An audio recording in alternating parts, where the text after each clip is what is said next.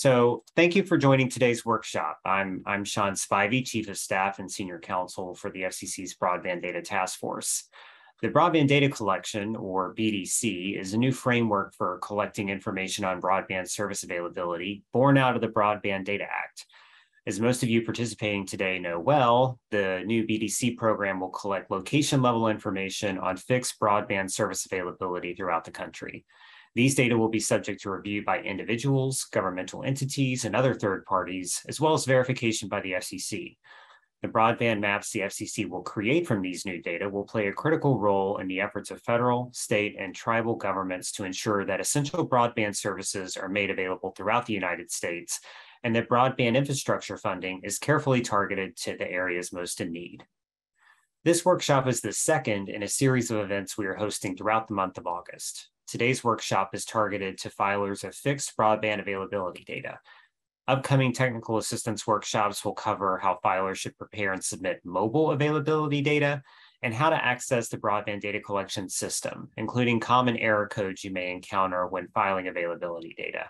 We hope that you will join us for these future sessions. We will begin today's workshop with a few short presentations on the basic goals and framework for reporting availability data into the BDC, including the key differences between the new BDC system and the Form 477, as well as tips for generating your fixed availability footprint and legal requirements and other issues to be aware of when preparing your availability filing. But we also want to make sure we hear from you. So we've reserved time for questions after the presentations. Please email your questions to bdcwebinar@fcc.gov or utilize the Q&A function on the Zoom platform. We will do our best to answer as many of your questions as time allows. If we are unable to answer a specific question today, you may submit your question via the FCC's online BDC Help Center at www.fcc.gov/broadbanddata/help.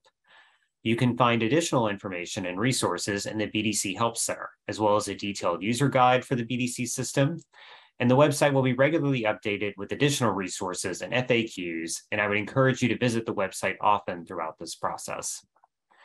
We appreciate you taking time to participate in this workshop, and I hope that you will find it helpful as you plan to participate in the inaugural BDC filing window, which opened on June 30th and will close on September 1st, 2022. With that, let's start our first presentation. I'm going to turn it over to Ken Lynch, Chief of the Industry Analysis Division of the Office of Economics and Analytics, for the first presentation. Over to you, Ken. Thanks a lot, Sean. Appreciate it. So I just wanted to bump through a few points. And sort of the general theme here is that the BDC is not the 4477. And also to encourage you, if you haven't done so already, to get into the system, start to find your way around. So what the BDC is the FCC's implementation of the Broadband Data Act, right? So, and our part of this really is to collect and manage the data, and that's the focus here. That being said, the idea that the BDC is a heavier lift than the 477 is not lost on our group. It's way more granular than the 477, but conceptually it's sort of the same thing, right? So, like for example, in 477, the availability data collection was kind of a census block level. Just imagine that sort of being pushed down to the location level, and it's essentially analogous, right? So now the unit of analysis is really the location, or the broadband serviceable location, right, instead of the census block. And so similar to census blocks in 477, there was a single sort of canonical valid list of block codes, right? And there were 11 million or so for census 2010, 8 million and change for 2020. Now we're going to locations as the unit of analysis, and as you I'm sure know, there's way more many, on the order of 114, 115 million broadband serviceable locations in the fabric nationwide. So that makes things considerably more complicated, and in kind of two ways, right? There's just more, and so that's complicating, right? But the other thing is that because coming up with the fabric is kind of a challenging process, there is a process sitting on top of that, right, that allows folks to give us the feedback on the fabric and how good it is and where it's missing things and that type of stuff. So what I'm trying to say there is that because of this process, the fabric is not going to be as static as the set of census blocks was in 477, right? The fabric will change between filing rounds, right? And that will present some complications too. So that's kind of one kind of main difference. There are file templates for upload that are available on the Help Center, just to help you out and get you going. Almost everything that you need to upload into the BDC has a template associated with it. The best way to find them is just go to BDC Help and just type templates in the search bar. And there are, I think, 12 or so hits there. We'll talk about that. So hopefully that'll help you out. I want to encourage you again to get into the system as soon as you can. One of the reasons, again, is sort of the additional complexity of executing the filing. And you don't need to have all of your data ducts sort of in a row to get going. It's a good idea to make sure you can sign in and initiate your June 30, 2022 filing. You can enter some of the basic information in your entity identification page or info page, I guess it's called. Upload some of your data and then come back later. You can just sort of, walk away from it and it'll all be sitting there when you come back. If you have partially completed uploads, it's a good idea to go ahead and upload them. Just see if they work. You can always delete them or remove them later on, but it's nice to know that you've got everything in the right format. Further, and sort of, more generally, if you're expressing your availability footprint as, a set of polygons or a long list of fabric points, it's a good idea to break up a really big file, be it a GIS file or a long comma-separated file, into manageable parts. Part of this is just that, if you have 10 files and there's a problem in one of them, then you only have to, reload that one. There's no, just like 477, there's no functionality in the data system, in the BDC system, that will, allows you to sort of make inline edits in the system. You kind of have to take the file back, fix it, and upload it again. Also, sort of on the GIS front, Polygon front, our experience with 477 is that the system is, a little better and can more efficiently ingest a group of smaller files than it can do one enormous file. On availability, again, locations versus polygons.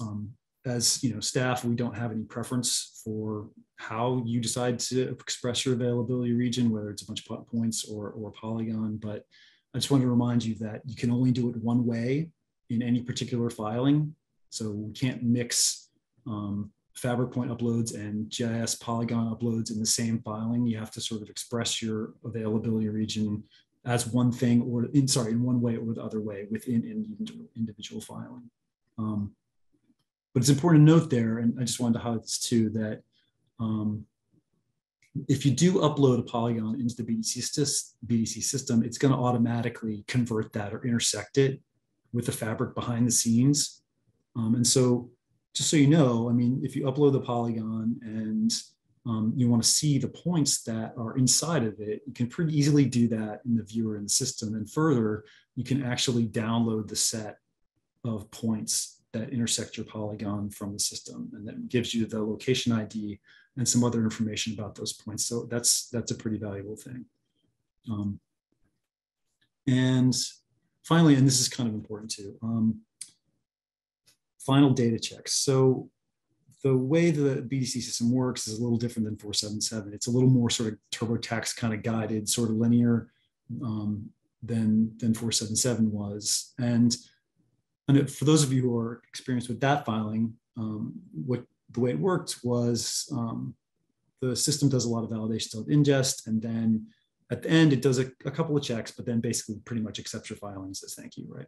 And then of course, if you're in the unfortunate position to have an anomaly in your data, you get an email like a month later from the FCC, or maybe further than that, that says we found this issue, tell us about it, right? That process of checking your data is now kind of front loaded, right? So when you're walking through the BDC system and you get to the point when you're ready to file and everything is in there, and you hit run final data checks, it compares all of your data and looks at it as a package, right? And so it could be that at that point, it comes up with some anomalies or some other issues that it wants you to explain your way around.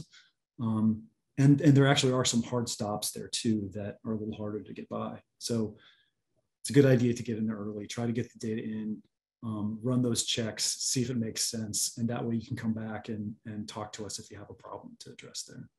So those are the ones I wanted to hit really quickly, hopefully really quickly. And at this point, I'd like to turn it over to Kirk. Thanks a lot, Ken.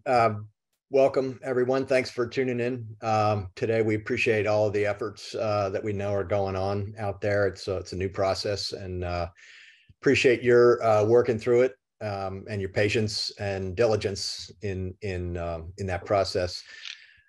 There's a wealth of information on the help pages on the broadband data, fcc.gov/broadband data website. I was going to just cover a few of the sort of the issues that we hear about quite a bit, and we'll of course take questions as we proceed along in this session. So on the engineering certification, that was we know that was a big issue for a lot of filers, and the FCC took action to create some flexibility there to help reduce the burden. It's now that requirement for an engineering certification of your availability data can be met in one of 4 ways at this point. So a certified professional engineer was always okay and is still okay. If you don't pursue that avenue, you can have a corporate engineering officer to the extent your entity has one.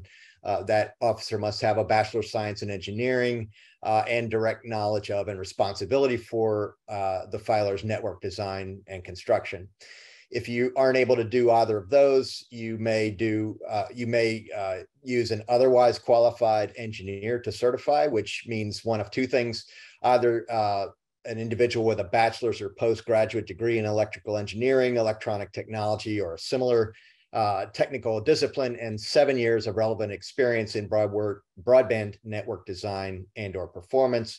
Or you can use an individual that has specialized training relevant to broadband network engineering and design, deployment or performance, and at least 10 years of relevant experience in broadband network engineering, design, and performance. If you go with those last 2 options, the otherwise qualified engineer, you have to include in your the following certifying language in the explanations and comments box of the submission to the effect that the engineer certifying meets those minimum qualifications outlined in the waiver order that we released a few months ago.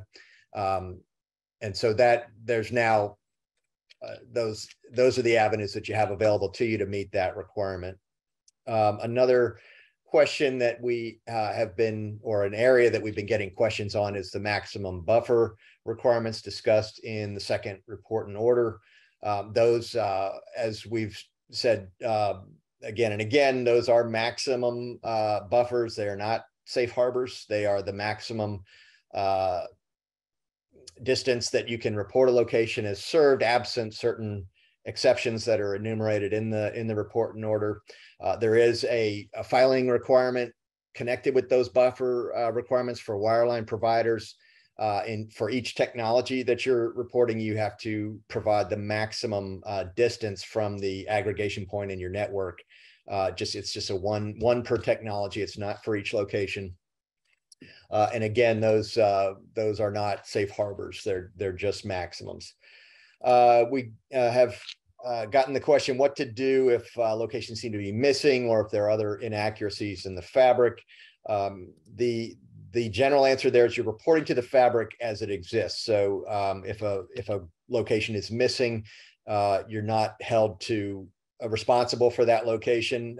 You're reporting based on the locations that are in the fabric at this time. If you think a location belongs in the fabric that isn't there, or the other way around, you should file a challenge to the fabric after the close of the filing window. If you have a good faith basis to believe that a location represented in the fabric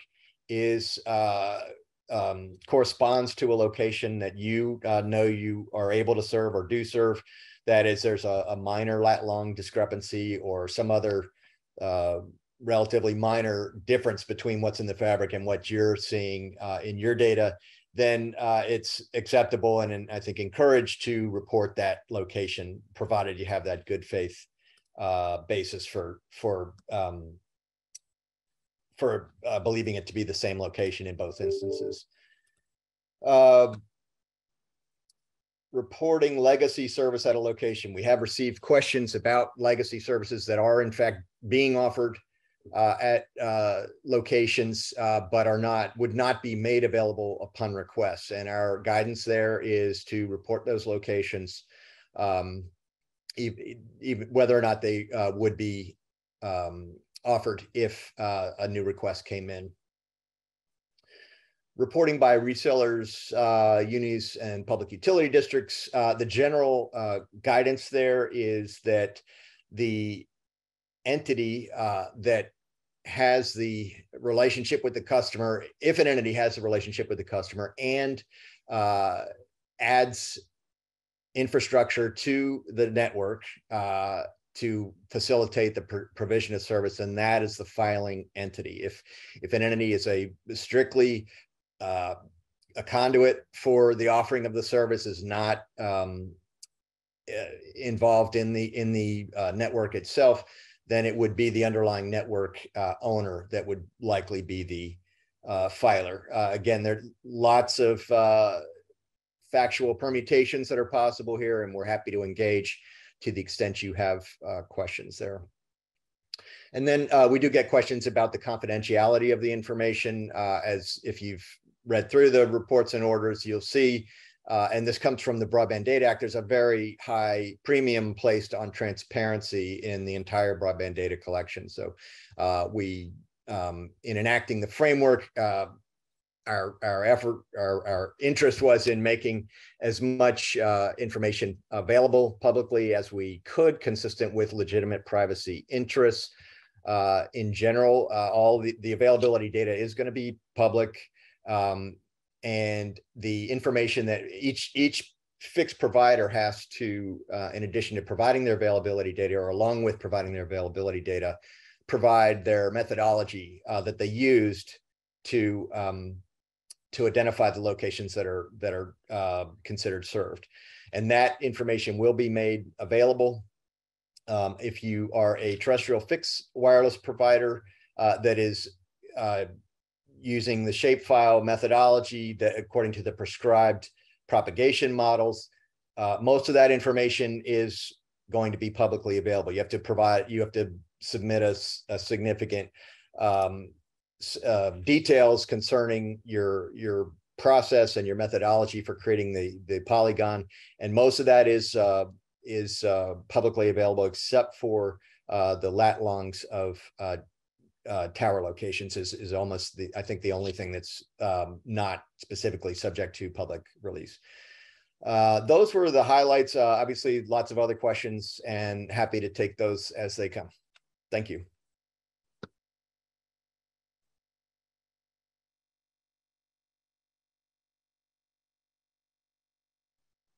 Thanks, Ken and Kirk. Really, really appreciate it.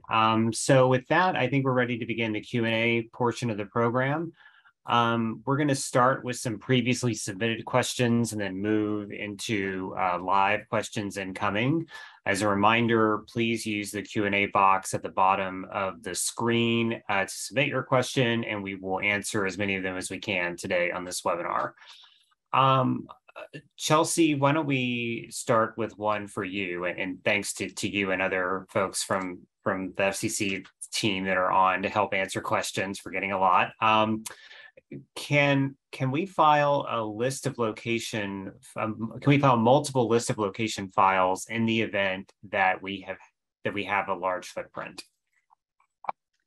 Yes. So if you want to file multiple files for your list of location data, that is fine. The BDC system will concatenate all of those individual files as they are uploaded,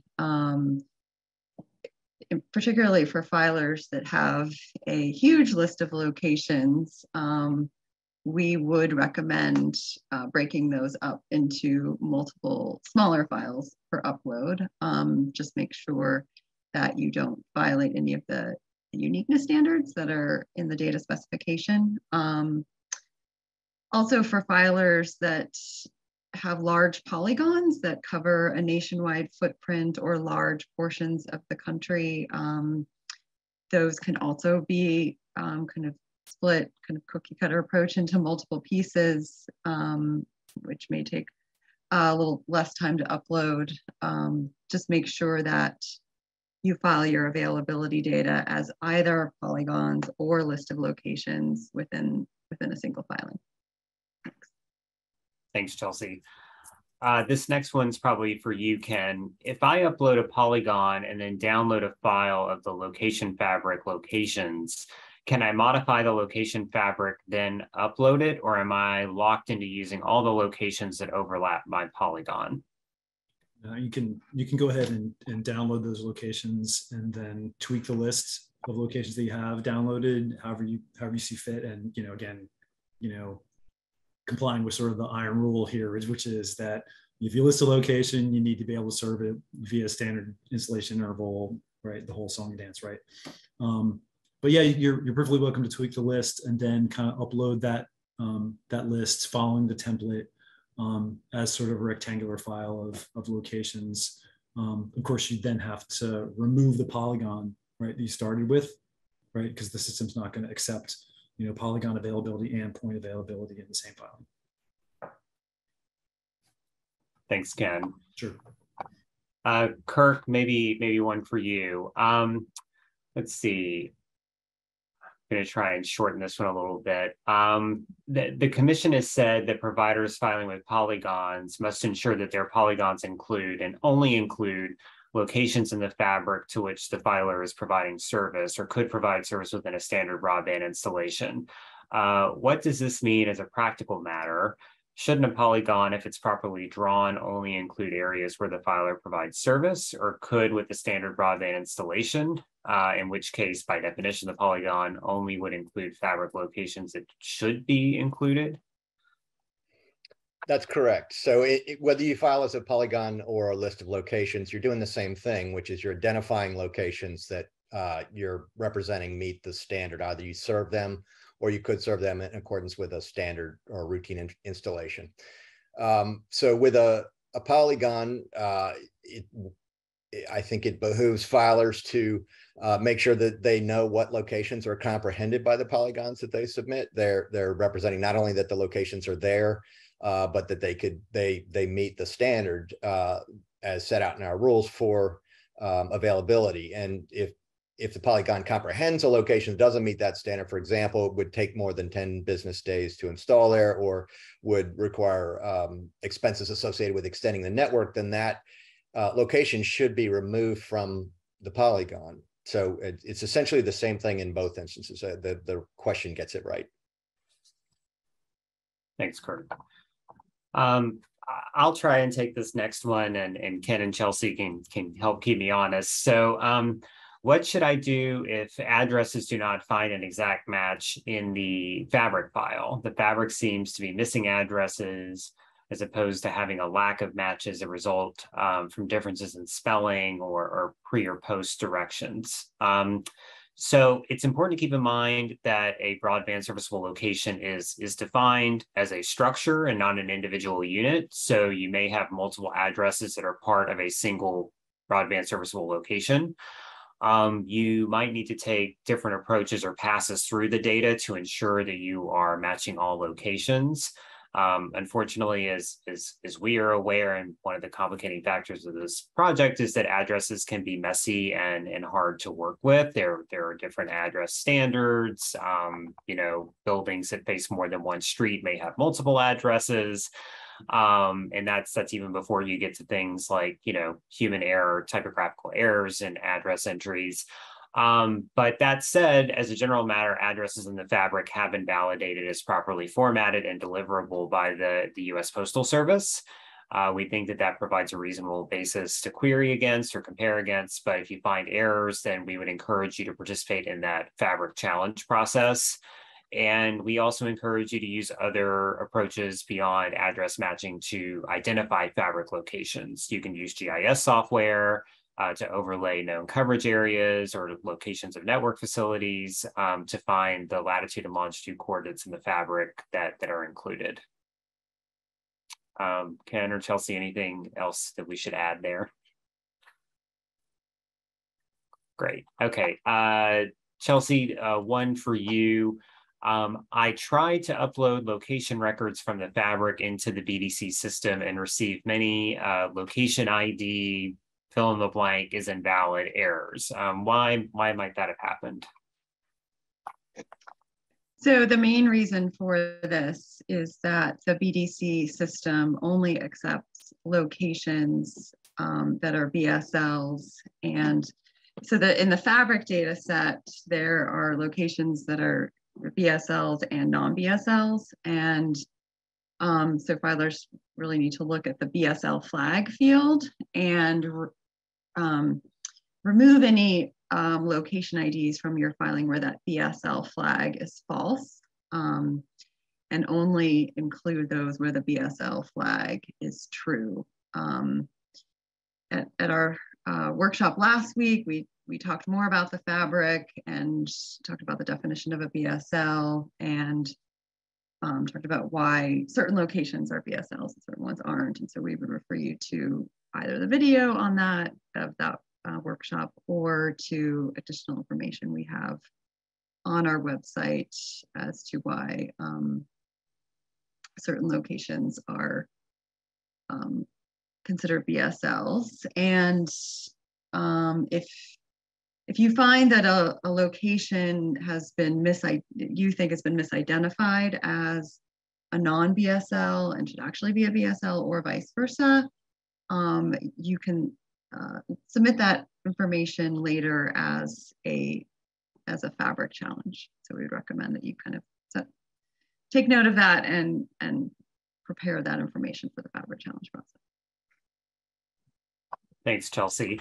Another one for you. If I'm a fixed wireless service provider and I submit fixed broadband coverage as a location list, do I need to file fixed broadband supporting data?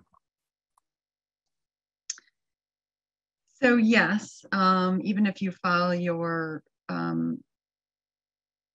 availability data as a location list, you still need to submit supporting data, but it's not as much supporting data as one needs to do filing a Polygon for fixed wireless coverage. For the location list, there is still a form to fill out requesting information about the methodology used to generate the coverage area. So, so that still needs to be filled out. Obviously, with the Polygon coverage area for fixed wireless, there's information related to the propagation modeling, the link budget, the infrastructure information, the clutter data, and that type of thing.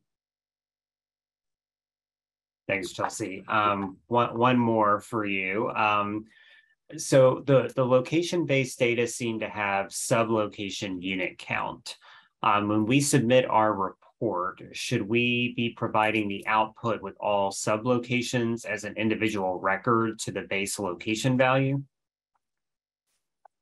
So no, so filers submitting their fixed availability data as a list of locations must use the location ID from the fabric as the basis of that data set. And so each row in the file upload is a location from the fabric. And there's more detailed information on this in our data specification, but the only field that you should take from the fabric data set and use in your availability data is that location ID. You don't need to include the other information from the fabric data set in your availability data. Your availability data also includes information on the service that you offer. So you don't need to include the unit count there. And then you also should not create multiple rows to reflect the fact that the location ID has multiple units there. Just use the the location ID for that one time, and then the fabric has a record that the location has multiple units. Even sort of beyond that, right? I mean, if you did break it out by unit, you'd get non-uniqueness errors, I think, in that case, right? It's sort of similar to 477, and like going back to the analogy, right? The 477 doesn't go below the census block, right? And so you're reporting the maximums and minimums and characteristics in that block for that technology. The same thing holds true at the location level for BDC.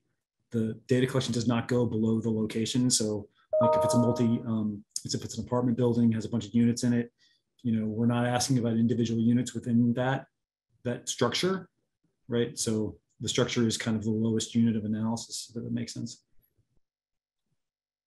Thanks, Ken and Chelsea. Kirk, one for you. How does the serviceability definition change for fixed wireless or satellite deployments versus terrestrial wireline broadband?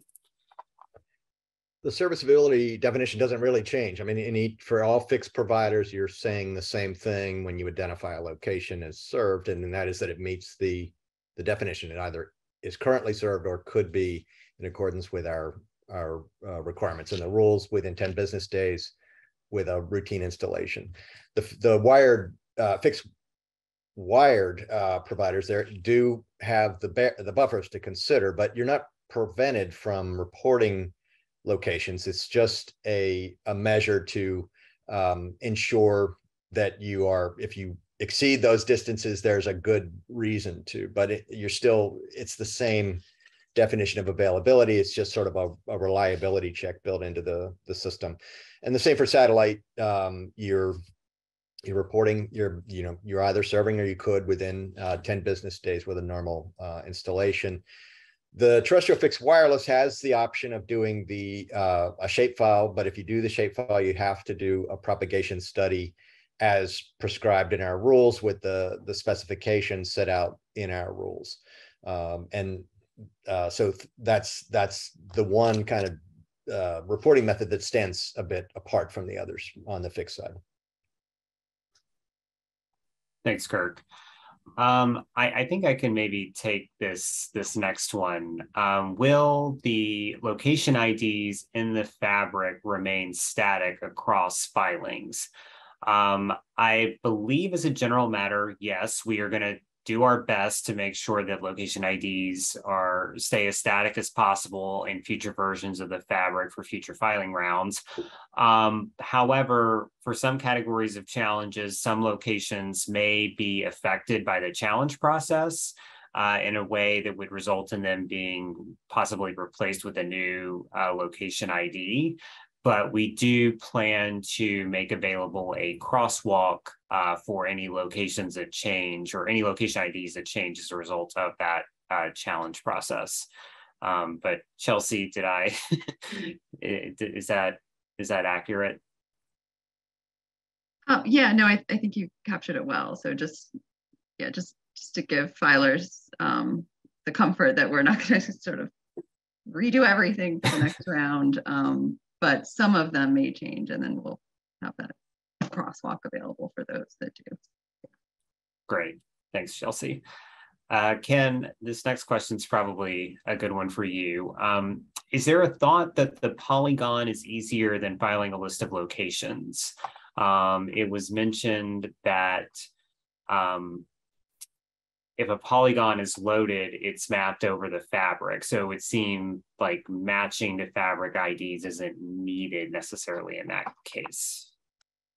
Right. So if that's true, right?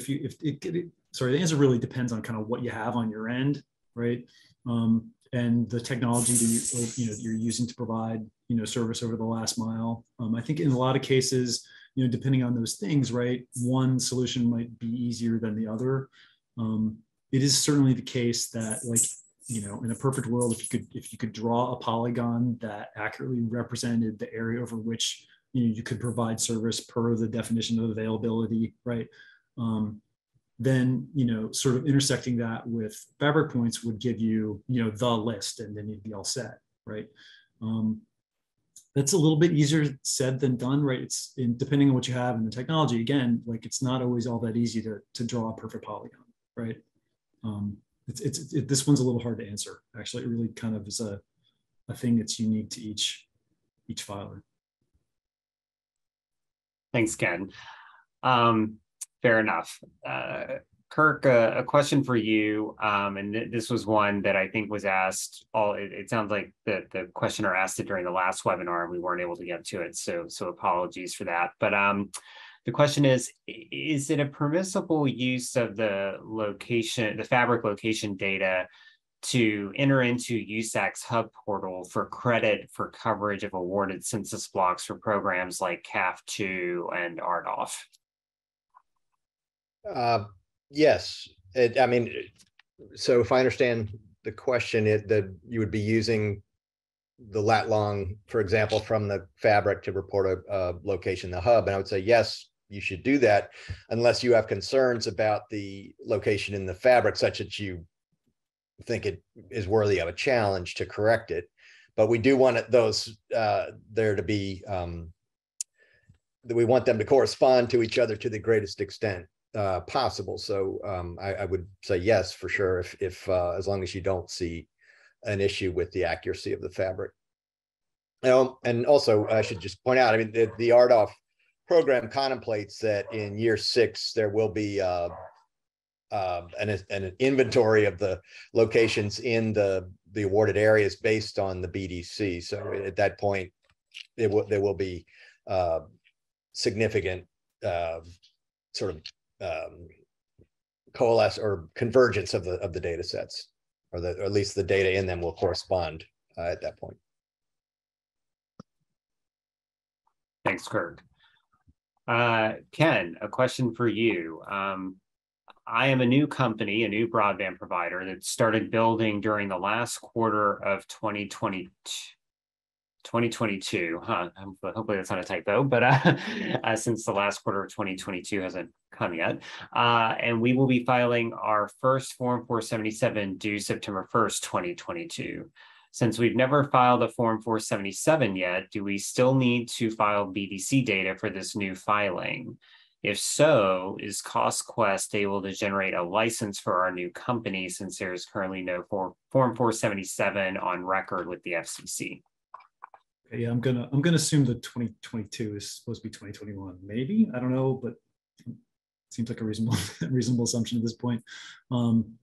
So the way this works for the June 30, 2022 as of date for the data that are due September 1st is that if your company is a facilities-based provider of broadband internet access service connections, and if you had at least one customer as of June 30th, then you're actually on the hook to file 477 and BDC for September 1st, okay? CostQuest is, and again, sort of on the BDC side, right? CostQuest is certainly able to provide a license to a new service provider. You just have to reach out to them, and I don't have their support address committed to memory, but it's not that hard to find on the help desk website. So you can reach out to them and present to them. I mean, what they're going to ask you when you get in touch with them is if you can name for them which counties in the United States that you can make service available, and that's kind of a superset of locations that they'd give you, and so the file that they'd pass along to you would have every BSL as of this version that are in those counties that you think your service can touch, right? And that's not to say that you can provide service to every BSL in every one of those counties, but they give you a larger list so that you can sort of pick and choose from the locations that you've got. So hopefully that covers that one, I think. I think so, Ken. But thank you. And if it didn't, for whatever reason, the questioner should feel free to submit a help request at the help center, and we will try and get you an answer. So let's see. Rephrasing a question that came in slightly. I'm having trouble logging in, and I'm not sure if it's an issue with the CORS, the commission registration system, or the BDC system. What should I do? Ken, I wonder, is that something that maybe you could take a swing at? Yeah, sure. These are, I mean, as a general matter, the thing with FRNs and CORS is that with the new CORS, you need to make sure that you have a CORS username, which is like a, it's usually actually, it's always an email address and a password from that system. And then you need to have an FRN that is associated with that username and password in CORS. If you're having trouble logging in still, I suggest submitting a help desk ticket for this. It's something that we occasionally have to go through kind of on a screen share and get it sorted. One additional test that you can do too is if you have a username and password and an FRN associated with it, and if for some reason you log into BDC and you cannot see that FRN, it's a good idea to double check it in 477 if you've been doing filings in that system. If you find you see it in 477 and don't see it in BDC, that's important information for us to have when you submit your ticket to BDC help. Thanks, Ken. That's a good pointer.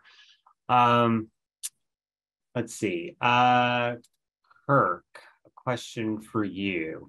Can you maybe go back and retouch on who is responsible for reporting availability data for resellers and consumers of those resold services?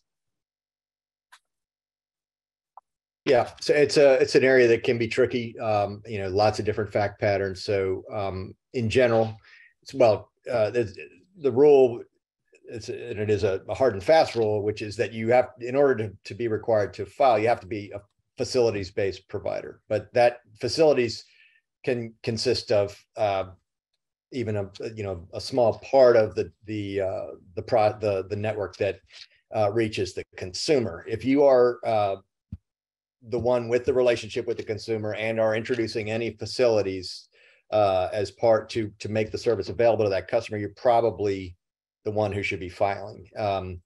It can get tricky, because different networks, can come together and be used to provide service. But generally, if you're providing the last mile or you're adding something to the last mile to provide service to the consumer, you are probably the filer. Now, that being said, if you're not sure that you are, and you're not sure someone else is or is not filing, you should verify that, because someone needs to file for that connection. And if there's doubt about it, we're happy to engage and provide clarification.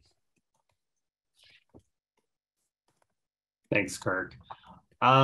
Couple of questions that I think I can maybe take, and these are pretty table setting, so I want to make sure we get these covered. The first one is, what is the definition of a broadband serviceable location? That is actually defined in the Broadband Data Act as a location in the United States or the territories where fixed broadband internet access service has been or could be installed based on the standardized list from the location fabric. A question about standard broadband installations which is a defined term under commission orders. So the question is, within 10 days, I understand that part. However, especially in rural areas, there is often additional customer expense to consider with long drop links, whether aerial or buried for the first-time customers. Are these still considered standard installs? Most likely no. I think that the definition is 10 business days with no additional costs attributable to the end user. So if there's something beyond kind of a standard service initiation fee that would need to be paid for things like trenching, that location cannot be marked as a standard broadband installation and included in the availability reporting. And then a question about secondary addresses. If we match to a secondary address, how does that differ when we are reporting the location ID from the fabric? The location ID of the secondary table is equivalent to the one you'd use if the match had been to an address in the active table. So there's really no difference when you're reporting coverage location. I mean, if you're able to kind of pull a location based on the information in the secondary address file, that's good enough. And it doesn't matter whether that address is in the secondary or the active file. Let's see. So I probably said just enough to be dangerous. So we should probably get back to the real subject matter experts here. Well, Chelsea, you can do a little cleanup maybe and just make sure that I accurately said what the secondary fabric data file is used for. Right. So it's basically, yeah, for if a location happens to have more than one street address associated with it, then those locations are included there. And so so the file is pretty simple. It's just the location ID and then that secondary address. And that can be helpful in Great. address match. Thanks, Chelsea. Kirk, a question for you. So I matched fabric addresses to our network addresses that are either currently served or previously served, and then just added to that a location ID from the fabric. Is that an acceptable kind of process for identifying my broadband serviceable locations that I make service available to? I think so. If I'm understanding the method, it sounds like a sound way to go at this, but I'll let Ken and Chelsea chime in if they may have other thoughts. So I think, I mean, it seems like the provider may need to do a little more in terms of making sure that the addresses that are included are actually capable of a standard broadband installation, right? But I think beyond that, it seems like a good start, maybe I'm blanking on the expression, but yeah, beginning but not sufficient kind of condition. Okay, Ken, a question for you. If we did a spatial join based on our own mapping data and matched it up to the location fabric to say which address should be there, and what would you say would be an acceptable buffer of error between 2 points as part of that process? So that's, I don't know if I would, I mean, it's a way, again, it's like, that's a way to go about doing this. I can imagine myself going through this process, and I think that it would be hard for me to give you, a number, because I just can't do that at this point. I mean, a lot of it depends on, the part of the country in which you're operating and the kind of the quality of the fabric in that place, right? Because it's variable. So, and again, getting better all the time, but certainly variable. So, if I were going about doing it that way, I think there'd be some cut and try there, right? You'd have to experiment with the size of that buffer and see what you get. But again, probably not the best way to go about matching. Got it, Ken. So would it be fair to say that we maybe don't recommend matching locations solely based on lat long? Probably not. If it's like the only way that you could possibly do it, and don't see any other way to do it, then I don't want to dissuade you that much. But at the same time, it's kind of a rough way to do it. Got it. Thanks, Ken.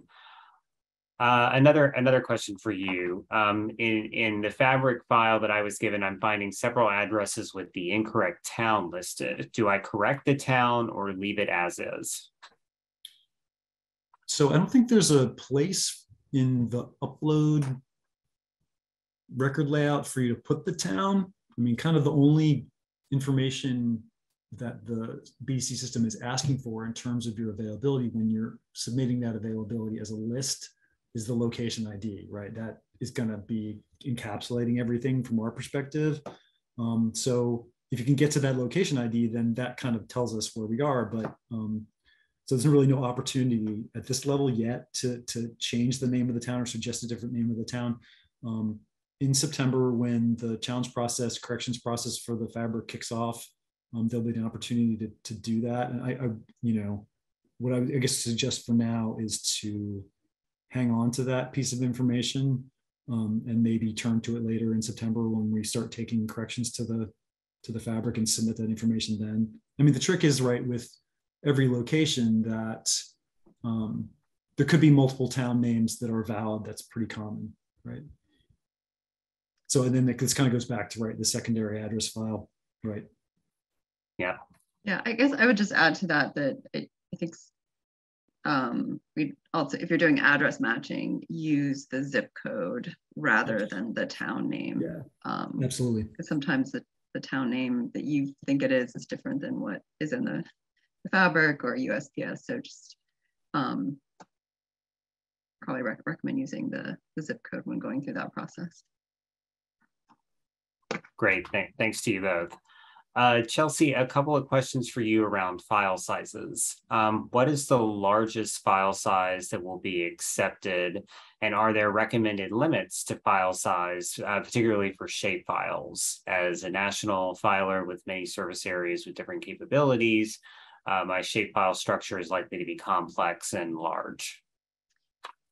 So there's no set file size limit in the BDC system. However, we have found for filers submitting a large list of locations that if they have more than 20 million, that they definitely kind of split those into smaller files with no more than 20 million records in a file.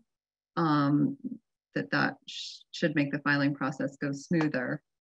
And then for shape files or GIS files, again, it really can depend on what's in the file. So it's not so much about file size. There's just a lot of processing that the system does on all of those GIS files, and that can take a while. So we do recommend breaking those into sort of preparing the shape file in accordance with the specification, and then kind of doing a cookie cutter approach and dividing it into different states or different regions, and then uploading it that way. And as a preview to our workshop next week, I think we're going to go in depth on the mobile availability.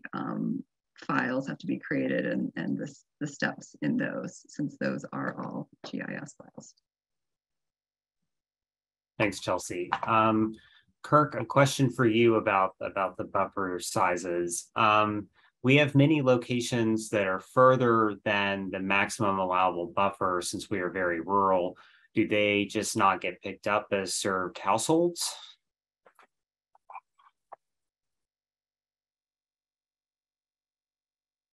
Well, where you're actually providing service is an exception to the buffer. So those should be reported. And if you think you could serve locations outside of the buffer for other reasons, then you can submit, I believe that's a waiver situation if you're not actually serving, or if you have not previously served. So to clarify my earlier statement, if you either have previously served that location or currently are, then the buffers don't apply, and to restrict your ability to report that location.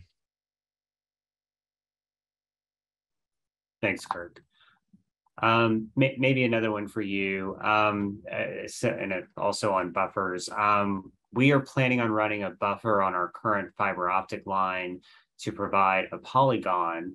The size we are finding that shows areas we can service without grabbing areas we cannot does not grab many of the locations in the fabric. Do the points in the fabric matter compared to the polygon? Well, so again, when you submit a polygon to us, you're telling us that you can serve any location in that polygon. So yeah, it does matter. And again, if you're exceeding the buffers, you need to fall into one of the exceptions. Probably the key one is currently providing service or previously have at that location. There's also an exception for where you're funded but in one of the high cost programs and it's in the area where you've begun to deploy. And you can also file a waiver if you have other circumstances that aren't covered by those. Thanks, Kirk. So we only have about 3 minutes left in the hour. I can keep going through 1 or 2 more questions, but what might be better is, to the extent some of my fellow panelists who have been doing the lion's share of the work have seen any questions that they think would be particularly well served to answer on today's workshop. I want to provide just a minute or two for them to, raise any that they've seen that they think we should definitely try and get to before we run out of time.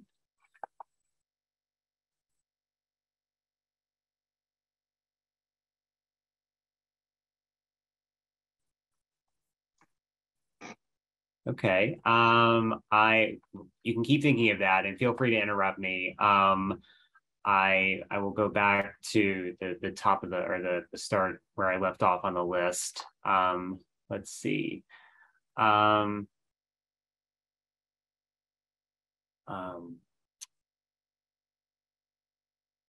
Let's see, Kirk, maybe you can help take this one, and if not, I can maybe fill in.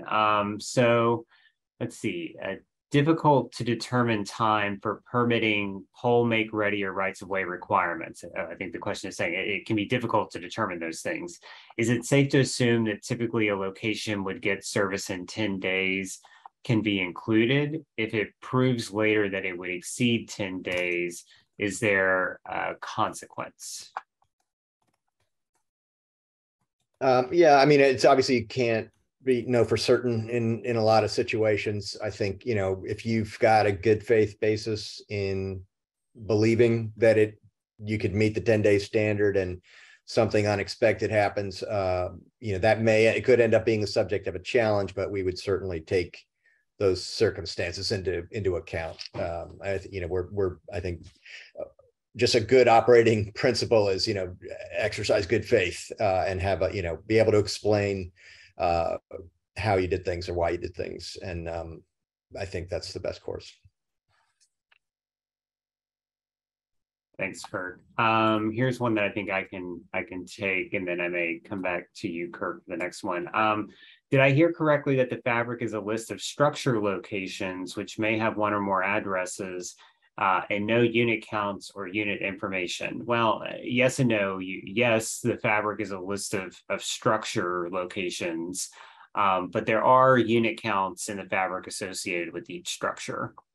So, while you don't have to report the unit count is not included in the kind of data spec for your availability submission. It's just something that is provided as informational to you. There will be information on unit counts included where available for each fabric location. But yes, the fabric locations are based on structures which may have one or more addresses associated with them. So you did hear that correctly. Kirk, if a provider offers, let's say DSL at speeds of 5 megabits per second download and 1 megabit per second upload at a location, should that location be removed from the file that is uploaded as part of their availability filing? Well, if it's an outlier, then it should have its own file. So Chesley, you have a. Well, I don't want to speak here. So I think it's just about if you offer speed at 5.1, that whether it should be included. Oh, and yeah. And it should. It's just that but reporting any speeds that where both fall below 25 and 3, then the filer should use these 2 speed tiers. And so that the speeds for that should actually be, entered to be 0 and 0 for the upload and download speed based on the data specification.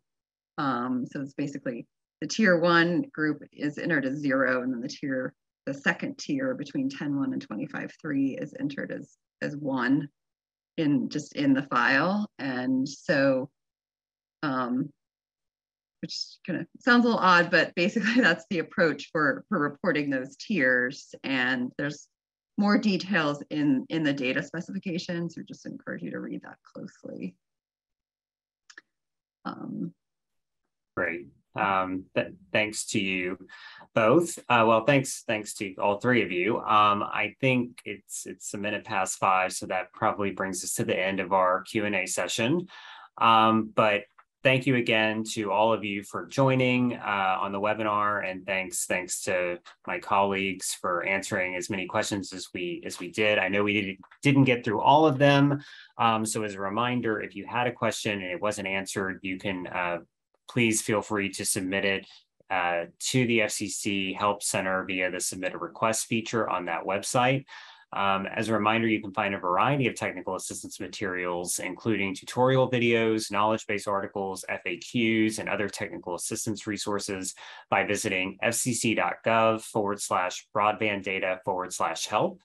And questions about how to use the system and the BDC filing requirements can be submitted using that Submit a Request button at the website. So thank you again for taking the time to participate in this workshop and for your efforts to timely file in the BDC. We look forward to your participation. Have a good rest of the day.